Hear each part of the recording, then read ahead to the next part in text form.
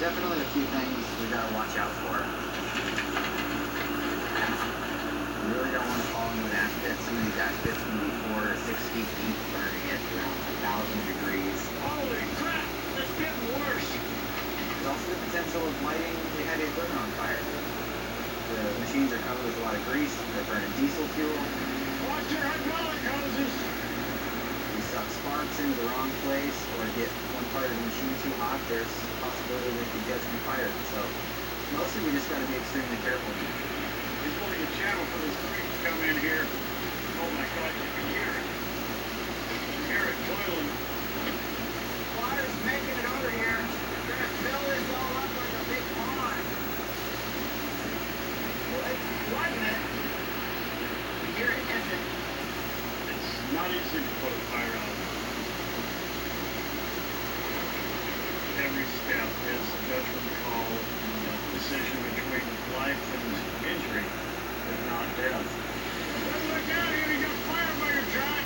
We're just gonna keep working all night long and try to put this fire out or not try. Hey, Ivan, what? Let's not do something crazy like fall in the fire with it. I'm trying to get out of here.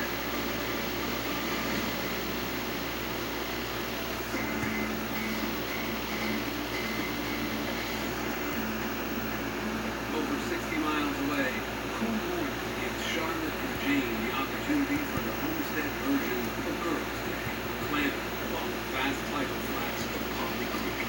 Woohoo! Here we are, Jane. Jane and I are going to go to Polly Creek to do some clamming. When I'm at home, there's just so much work to do all the time that it never feels very relaxing. So Jane and I just wanted to get off the homestead and have an adventure. And it's just a really fun pace to get some clams back on the table. Well, that's pretty clammy. That's the one. We're getting razor clams. The razor clams are awesome because they're big. And they're one of my favorite things to eat in Alaska. And they can mean like linguine. Clam linguine. That's what I think of. How about what you call it? Oh, but it's a beach fashion. Whatever, Alaska. It's always fun going on an adventure with Jane, and I have to say, I think we have a better time together than when we're working with Pilcher Matt. Sorry. All right, let's do it. When you're digging for clams, you have to have a super low tide when they only happen a few times a month. We need to get busy. We need to be efficient. Because I came out here for a bucket full of clams, and I do not want to go home until it's full. So here's a dimple, Jane. Looking for a dimple in the sand, and underneath that dimple, in the sand, it's flame. That big one. You got it? Oh, I heard the crunch. I got it. Oh, I really missed it. It's okay. Hold it. Got it. Good one. First clam. Oh, you're making it look easy, Charlotte. Oh, there he is.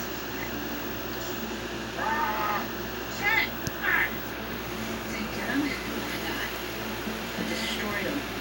Jane and I are really mutilating these clams, and I think it's better if you don't do that because then when you're cleaning them, they're